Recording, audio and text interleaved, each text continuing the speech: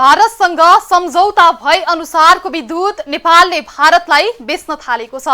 यो बिजुली पर्याप्त उत्पादन भएको बेला वर्षायाममा मात्र बेचिने हो। यसैबीच हामी आर्थिक आत्मनिर्भरताको कुरा गरिरहेका छौं। हामीसँग अहिले सीमित उत्पादन भएको बिजुली पनि खपत गर्ने आर्थिक पूर्वाधार छैन भने हाम्रो कल्पनाको आर्थिक निर्भरता कस्तो हो? कृषि प्रधान देश भनिने हाम्रो देशमा कृषि नै आत्मनिर्भर भएको छैन। कृषि उत्पादनका लागि किसानलाई चाहिने न्यूनतम आवश्यकता पनि सरकारले पूरा गर्न सकेको छैन। नमस्कार, यो न्यूज एट टुडे, म तुलसी अर्याल।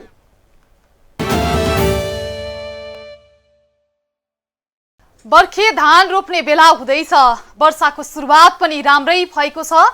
यस्तोमा किसानहरू धान रोप्ने सिजन आउँदा उत्साहित हुनुपर्ने हो, तर किसानहरू उत्साहित छैनन्। धान रोप्ने सिजन आइसक्दा पनि मलको अभाव छ। भारतका सीमा नाकाबाट किसान टाउकोमा मल राखेर ल्याउँदैछन्। ठुला ठुला तस्करी नदेख्ने प्रशासनले भने आफ्ना बाली सपार्न किसानले टाउकोमा राखेर ल्याएको सानो मलको पोको देख्दैछ र त्यसलाई जफत गरिरहेका छन् हाम्रो भन्सार कार्यालयले। सरकार आफू मल दिन पनि नसक्ने, किसानले आफै जोहो गर्दा अवरोध गर्ने, किसान असमञ्जसमा छन्। सरकारले प्रत्येक वर्ष कृषि क्षेत्रलाई पहिलो प्राथमिकतामा राख्दै आएको छ। भर्खरै सार्वजनिक आगामी आर्थिक वर्षको बजेटमा पनि कृषि क्षेत्रलाई सबैभन्दा बढी प्राथमिकता दिँदै बजेट विनियोजन गरिएको छ। सरकारले आगामी आर्थिक वर्ष 2079-80 को बजेटमा कृषि क्षेत्रका लागि भनेर 1 खर्ब 45 अर्ब रुपैयाँ विनियोजन गरेको छ। त्यसमा मल खरिदका लागि मात्रै सरकारले 15 अर्ब रुपैयाँ छुट्याएको छ। तर बजेट जति छुट्याए पनि अर्को वर्ष पनि आफूहरू आवश्यक परेका बेला मल पाउने होइनौं भनेर किसानहरू अहिले नै प्रष्ट भइसकेका छन्।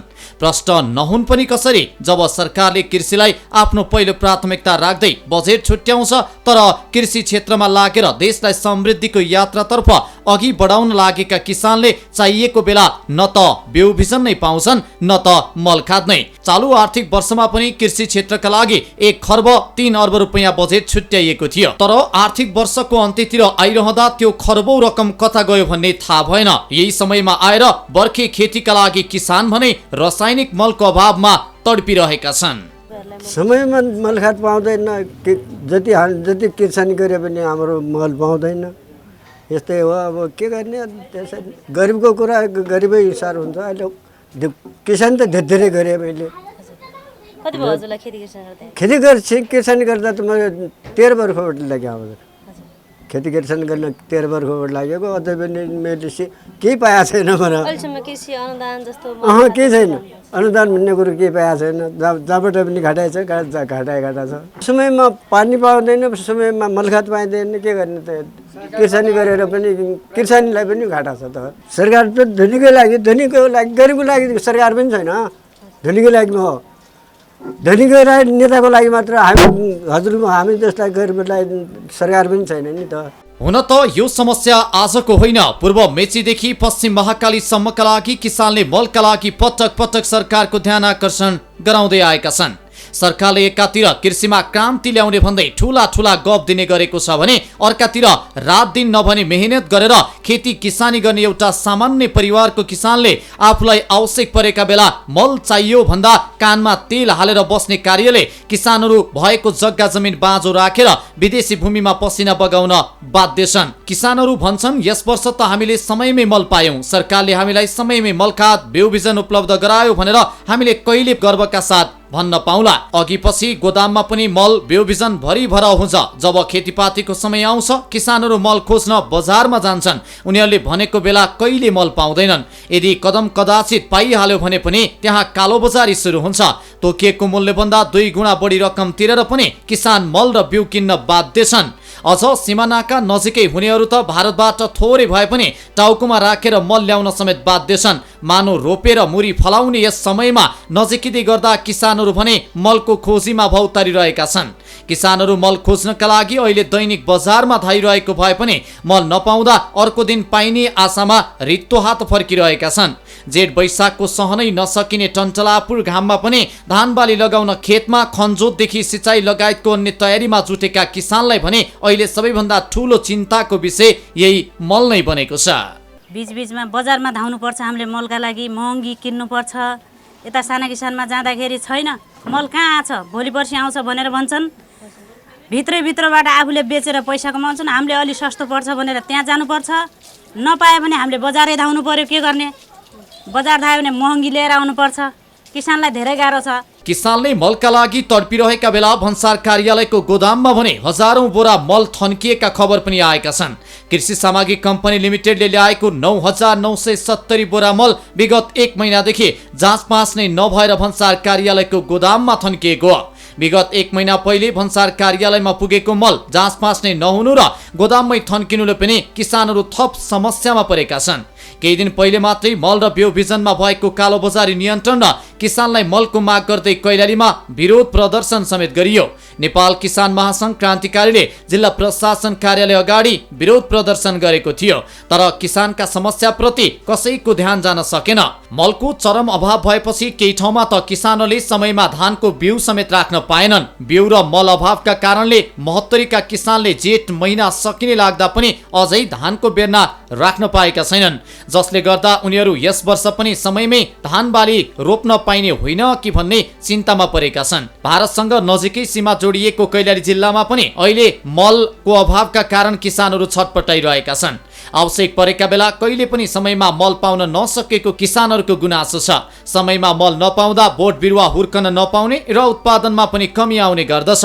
आफूहरूले बाली लगाउँदा निकै मेहनत गर्ने गरेको भए पनि त्यसलाई फस्टाउनका लागि आवश्यक पर्ने मलखाद नपाउँदा लगानी सबै खेर गइरहेको किसानहरूको गुनासो छ। मलको खादको अभाव त धेरै छ। अब जति बेला चाहिन्छ त्यति बेला मलै दिन्नन्। अब जति बेला अब हामीले खेतीपाती लगाइसक्यौँ त्यति बेला मल आएर मल बाँड्छन्। अहिले अब मलको केही अत्तोपत्तै छैन। मल नपाउँदा त धेरै प्रभाव पारेको छ।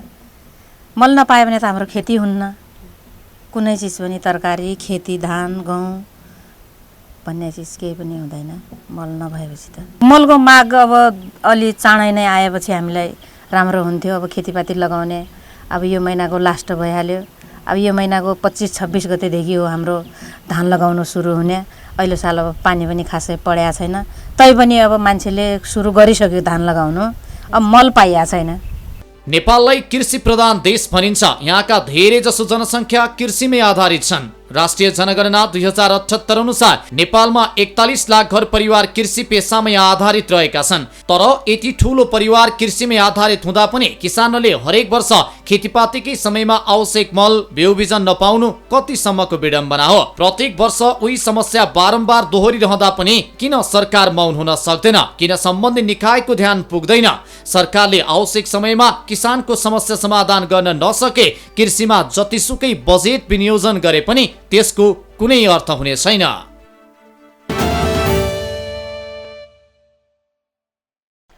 हरेक पटक बाली लगाउने सिजनमा मलको अभावका समाचार आउँछन् अनि हरेक पटक सरकारको आश्वासन पनि आउँछ।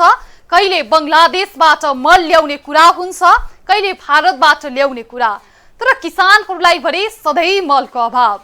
सरकारले नेपाली उद्योगीलाई समेत मल उद्योग खोल्न आग्रह गर्छ, तर न मल उद्योग नै खुल्छन् न त मलको आयात नै पर्याप्त हुन्छ। हरेक वर्ष सिजनमा मल आउने र आफ्नो बाली सुध्रिने आशामा नै बसिरहन्छन् किसान। खेतीपातीको बेला किसानले सधैँ मलको शास्ति खेप्दै आएका छन्। गत वर्ष जस्तै यस पटकको असारे धान खेतीका लागि पनि मलको हाहाकार कुनै छनक देखिएको छ। किसानलाई मल वितरण गर्नका लागि कृषि तथा पशुपन्छी विकास मन्त्रालयसँग मलको मौजदात शून्य छ। मलका गोदाम खाली छन् भने साल ट्रेडिङ कर्पोरेसन लिमिटेडसँग पनि मल स्टक छैन। मुलुकमा मलको समस्या कहिल्यै नसुल्झिने सधैँको समस्या जस्तै बनेको छ। मलको समस्या सधैँ दोहोरिँदा यसको समाधानमा न त सरकार गम्भीर देखिन्छ न त सम्बन्धित निकाय नै। असारे बाली लगाउने समय सुरु हुँदैछ। यस पटक पनि रासायनिक मलको अभावमा किसान चिन्तित छन्। गत वर्ष पनि सोही समयमा मल नपाउँदा किसानले ढिलो गरी रोपाई गरे। कतै आवश्यक भन्दा कम मल नै प्रयोग गरेर धान बाली लगाए, जसले गर्दा किसानले ठूलै क्षति बेहोर्नु पर्यो। लगानी समेत नउठेको भन्दै अधिकांश किसानका गुनासा पनि आए। सरकारले किसानलाई आश्वासनमै थामथुम पार्यो। सरकारले अर्को पटक समयमै मल उपलब्ध गराउने वाचा पनि गर्यो। तर फेरि असारे बारी लगाउने समय नजिकिँदै गर्दा मल खरिद गर्ने कुनै छाटकाट देखिँदैन। न त सरकारसँग मल स्टक नै छ, गोदाम रित्ता छन्। बर्खे बालीको चटारो सुरु हुँदैछ, तर मलको व्यवस्थापन गर्ने विषयमा सरकारको तयारी केही देखिँदैन। मल पाउनका लागि विगतको जस्तै शास्ति खेप्नुपर्ने चिन्ताले किसान पिल्सिएका छन्। उही हविगत दोहोरिने हो कि भन्दै किसान चिन्तामा छन्। तर किसानको यस चिन्ताले सरकारलाई पटक्कै पोलेको छैन। जब मल व्यवस्थापनको दबाव आउँछ, जिम्मेवार निकायमा रहेका व्यक्ति कि त खरिद प्रक्रियालाई दोष लगाउँछन् कि त आपूर्ति गर्दा आइपर्ने समस्यालाई। खरिद प्रक्रिया र आपूर्ति गर्दा आउने समस्यालाई देखाएर जिम्मेवार निकाय सधैँ पानी माथिको भानो बन्ने काम गर्दै आएको छ। मल अभावको समस्या किन दोहोरिरहेको छ, समाधान किन हुन सक्दैन भन्ने कुरा न त सरकार दिन सक्छ, न त जिम्मेवार निकायले नै। विगत 10 वर्षको तथ्याङ्क हेर्दा आर्थिक वर्ष 2070-71 मा 5 अर्ब 30 करोड रुपैयाँ मल खरिदको लागि विनियोजन भएको छ भने चालु आर्थिक वर्ष 2078-79 मा 29 अर्ब रुपैयाँ विनियोजन भएको छ। यस्तै आगामी आर्थिक वर्षका लागि मल खरिदमा बजेट घटाएर 15 अर्ब रुपैयाँ मात्रै छुटाइएको छ। आगामी वर्षका लागि रासायनिक मलको बजेट झन्डै 50% ले घटाइएको छ। ठूलो रकम मल खरिदका लागि विनियोजन गरे पनि किसानले आवश्यक सिजनमा मल पाउन सकिरहेका छैनन्। समयमा मल नपाउँदा धान रोप्ने बेलामा किसानले शास्ति खेप्नुपर्ने निश्चित जस्तै भएको छ। हालसम्म करिब 1.5 लाख टन मात्र खरिद भएको छ। नेपालले वार्षिक 6 अर्ब मूल्य बराबरको रासायनिक मल आयात गर्दै आएको छ। नेपालमा वार्षिक करिब 13 अर्ब मूल्य बराबरको मल कारोबार हुने गरेको छ। सबै प्रकारका गरी 3 लाख मेट्रिक टन मल आयात हुन्छ। मुलुकमै मल उत्पादन कारखाना नहुँदा मल आयातमा वर्षेनी मोटो रकम बाहिरिरहेको छ। नेपालमा वार्षिक 12 लाख मेट्रिक टन मलको माग छ। कृषि मन्त्रालयले मलका लागि वार्षिक 5 अर्बदेखि 6 अर्ब रुपैयाँ अनुदानमा उपलब्ध गराउँदै आएको छ। नेपालमा सबैभन्दा बढी अर्थात् 60% युरिया मलको माग छ। त्यसपछि DAP को 35 र बाँकी पोटासको माग छ। किन भइरहन्छ मलको अभाव? कृषि विकास मन्त्रालयले उपलब्ध गराउने अनुदान रकम मध्ये 70% कृषि सामग्री लिमिटेड कम्पनीले र 30% साल ट्रेडिङ कर्पोरेसनले मल आयात गरी अनुदानमा किसानलाई मल उपलब्ध गराउँदै आएका छन्। कृषि मन्त्रालयले झन्डै 50% को हाराहारीमा अनुदान उपलब्ध गराउँदै आएको छ। G2G मार्फत मल आयात अहिले नेपाल सरकारले भारत र बङ्गलादेशसँग मात्र मल आयात गरेको अवस्था छ, जसले पर्याप्त मात्रामा मल आयात हुन सकिरहेको छैन।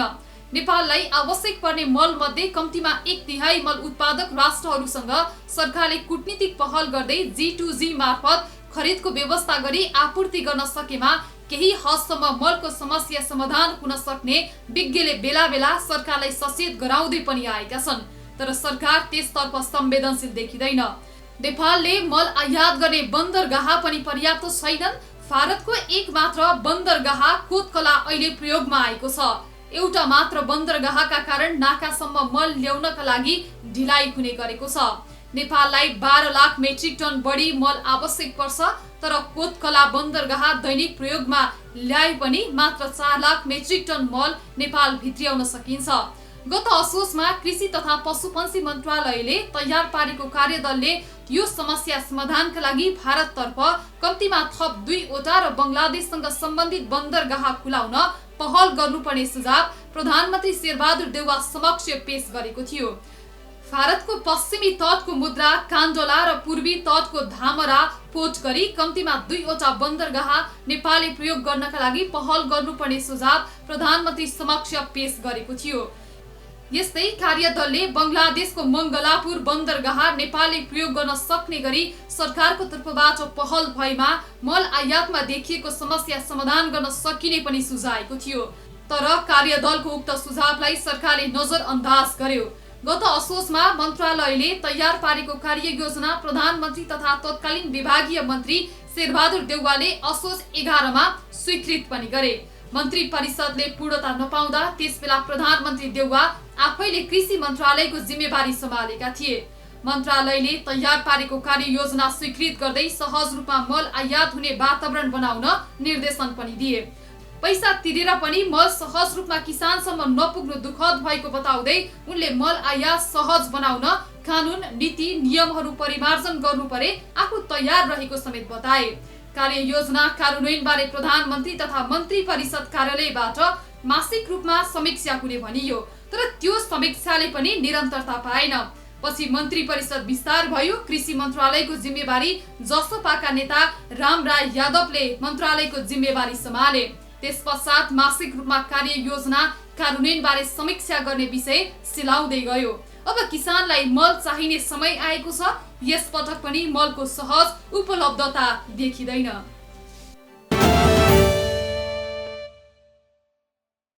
देश नै कृषि प्रधान देश भनिन्छ, तर हाम्रो नीतिमा कृषिले प्रधानता पाएको छैन। हरेक पटक बाली लगाउनु पर्ने सिजनमा किसानले गर्नुपर्ने आन्दोलनले नै यो स्पष्ट हुन्छ।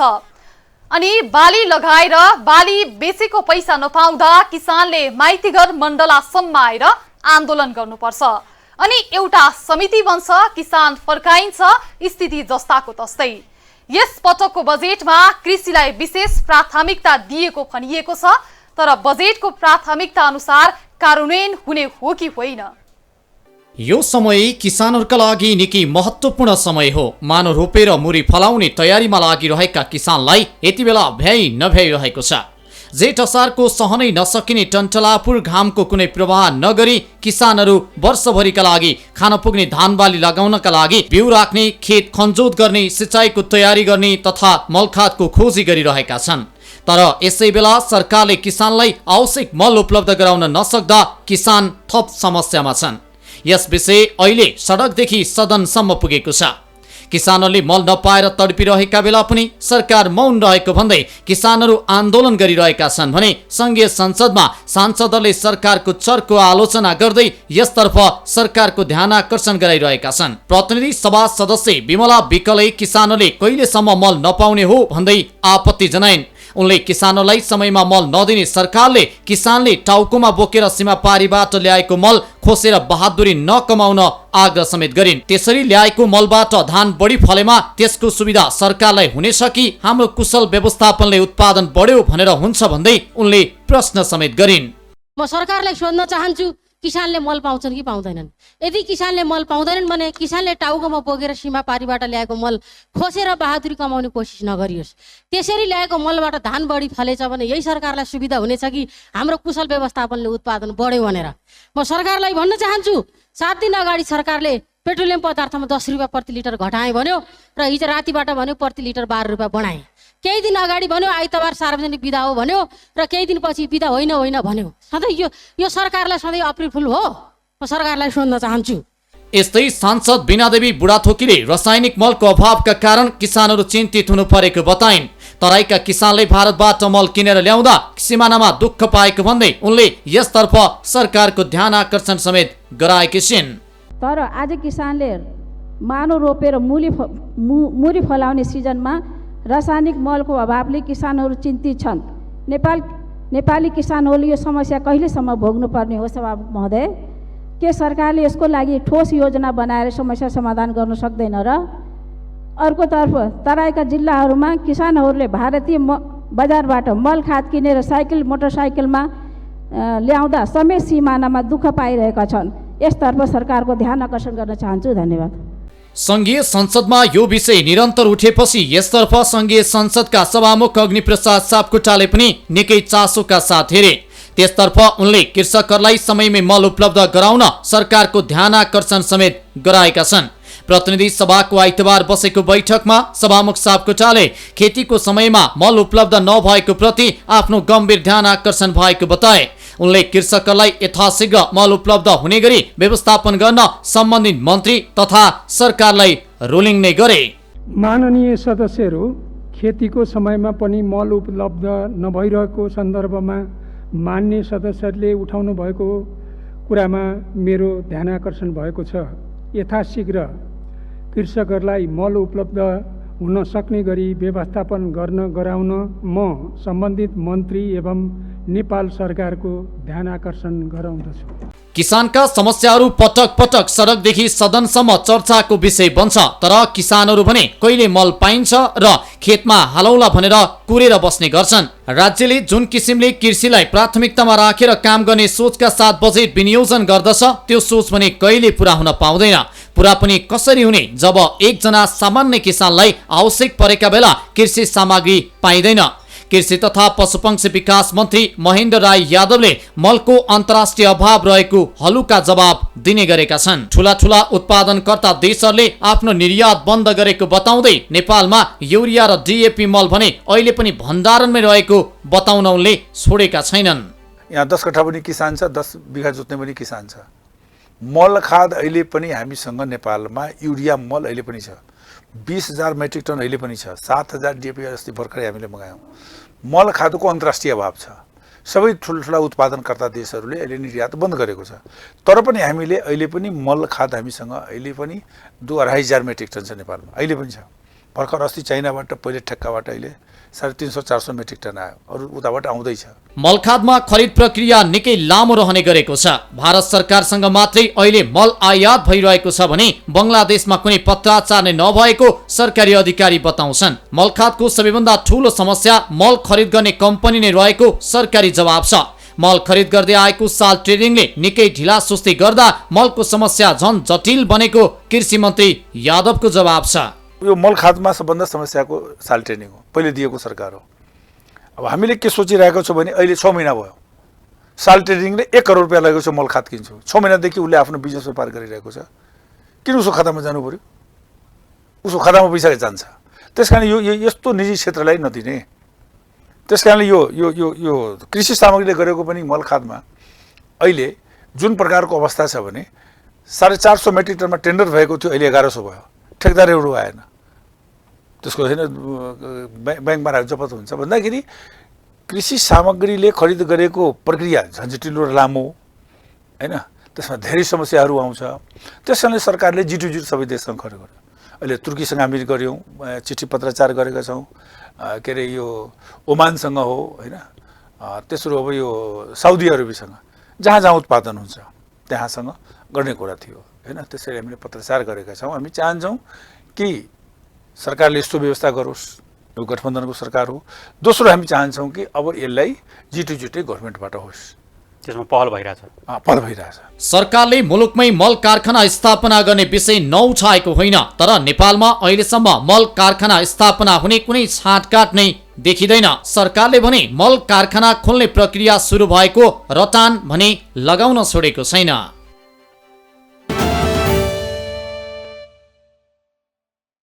केही समय अघि उखु किसानले माइतीघर मण्डलासम्म आएर आन्दोलन गरे। आफूले बेचेको उखुको भुक्तानी दिलाइ पाऊ भन्दै सरकारले एकपटक आश्वासन दिएर किसानहरूलाई फर्कायो, तर आश्वासनमा मात्र सीमित भएपछि फेरि आए किसान अनि फेरि माइती घरमा नै धर्ना बसे। सरकारले समिति बनाएर छानबिन गरी रकम भुक्तानी गराउने भनी किसानलाई पठायो। अनि हामी कृषि प्रधान देश भन्छौं, कृषि आत्मनिर्भरताको कुरा गर्छौं अनि किसानहरूलाई यसरी निरुत्साहित पनि गर्छौं। हवस् त, न्युज आट टुडे आजलाई यति नै। हामी सबै बिदा हुन्छौं। नमस्ते।